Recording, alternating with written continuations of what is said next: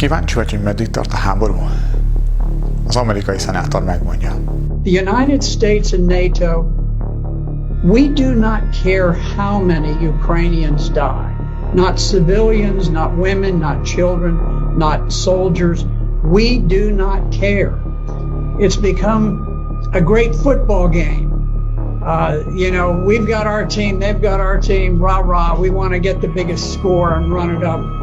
And, we don't care how many of our players get crippled on the playing field as long as we win.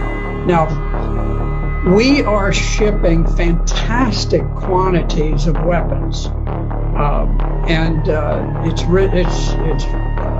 caused the stock of Raytheon, which creates missiles, and Northrop Grumman, which creates aircraft and so forth, and missiles. All of these defense industries have become tremendously bloated with tax dollars. I don't think it's ultimately going to change the outcome. I think that Russia will prevail. The Ukrainians are in a very awkward strategic position in the east, but if you look at the way that this unfolded, President Putin made a desperate effort to stop the march towards war.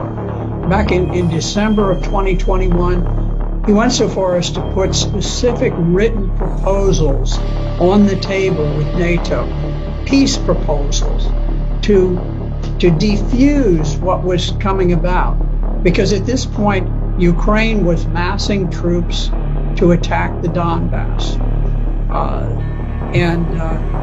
So he was trying to head this off. He didn't want war. And NATO just blew it off, just dismissed it, never took it seriously, never went into serious negotiations. At that point, Putin, seeing that armed Ukrainians with weapons to kill Russian troops were literally on their borders, decided he had to strike first.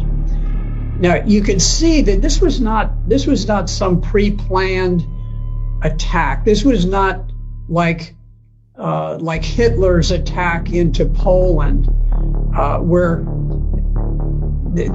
the standard rule of thumb is that you always have a 3-to-1 advantage when you are the attacker. You have to mass 3 times as many tanks and artillery and planes and men as the other side has. In fact, when Russia went in, they went in sort of with what they had, what they could cobble together on short notice, and they were outnumbered by the Ukrainian forces. The Ukrainian forces had about 250,000. The Russians had perhaps 160,000.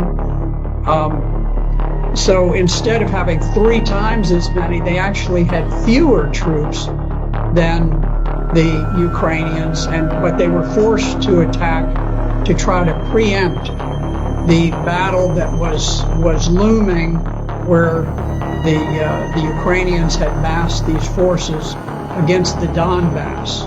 Now the Donbass is adjacent to Russia. It is a portion of Ukraine that did not join with the revolutionary government that conducted the coup in 2014 and overthrew the government of Ukraine. They refused to become a part of the new revolutionary government of Ukraine, and so they declared their independence. And Ukraine had massed this enormous army to attack against the Donbass. And so Russia was forced to go in to preempt that planned attack by Ukraine.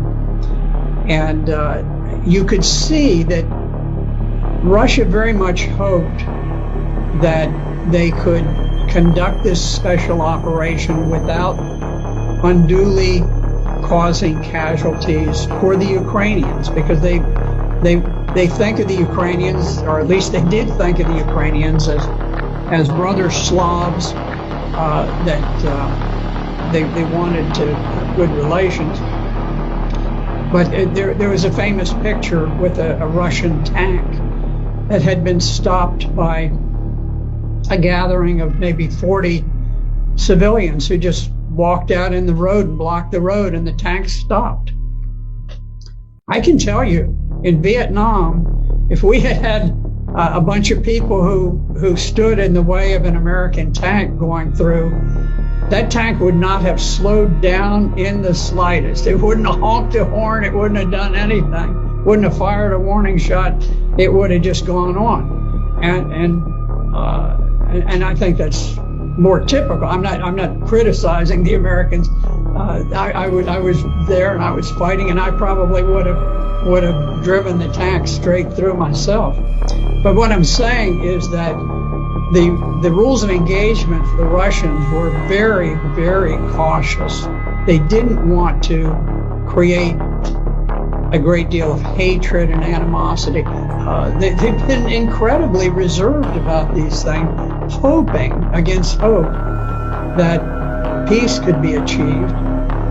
But I don't think Ukraine has anything to do with the decision about peace or war. I think the decision about peace or war is made in Washington, D.C. As long as we want the war to continue, we will fight that war using Ukrainians as proxies, and we will fight it to the last Ukrainian death.